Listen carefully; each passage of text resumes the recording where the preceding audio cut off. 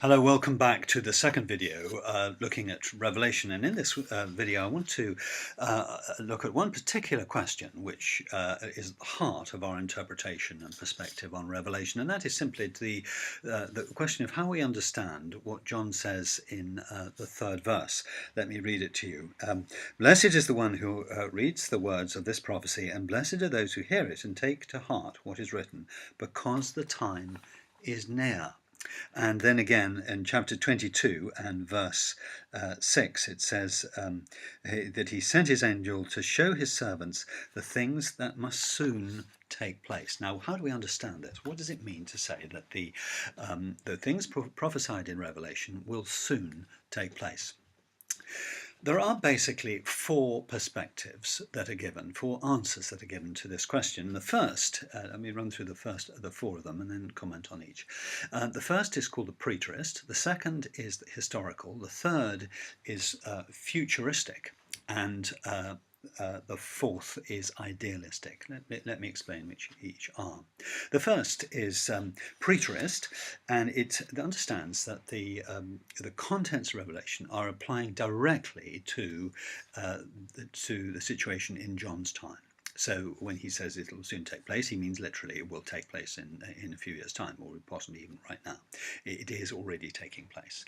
And therefore the whole of Revelation would be fulfilled before, well, within 2 or 3 decades or so.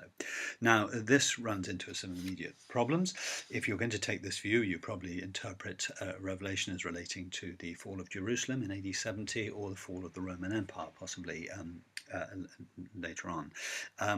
The problem there, of course, is that when it says that John has to prophesy about all peoples, languages, tribes, and nations in, I think, chapter 10, clearly there's a problem here, because you have to interpret that really in terms of the Jews or the very, very early Christians. And that's awkward, and we run into problems there. The second is the historist view, which understands Revelation to be predicting the major developments of Christian history chronologically.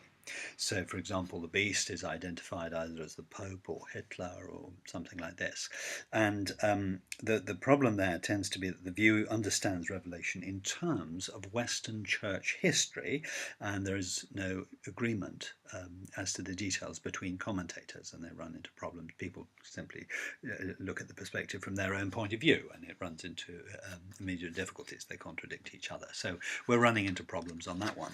The third view, the futurist view, tends to see everything in terms of the final events just before Christ returns.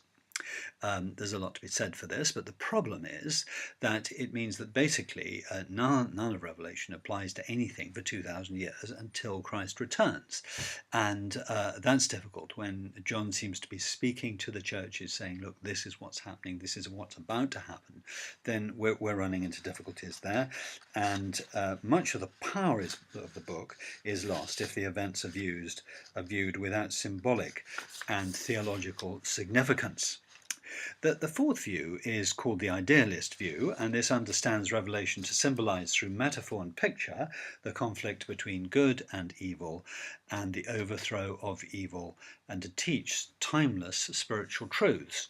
Now, certainly this view would have a great deal of support, a widespread support.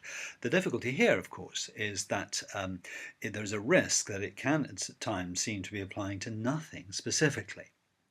Well, you probably won't be surprised to hear that probably most commentators actually use a combination of these views. They would see some things in Revelation as applying directly to the time in which John lived and prophesied and that he wrote, and applying to the actual situations faced by the churches.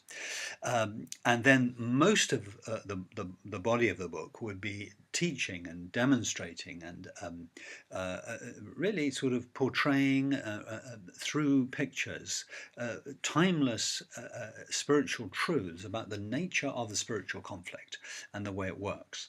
And then some details are actually referring to what will happen at the very end of the age, just before Christ returns. So from this perspective, chapters 17 and 18 are referring to Rome, and therefore at that point John is identifying that specific application and reference.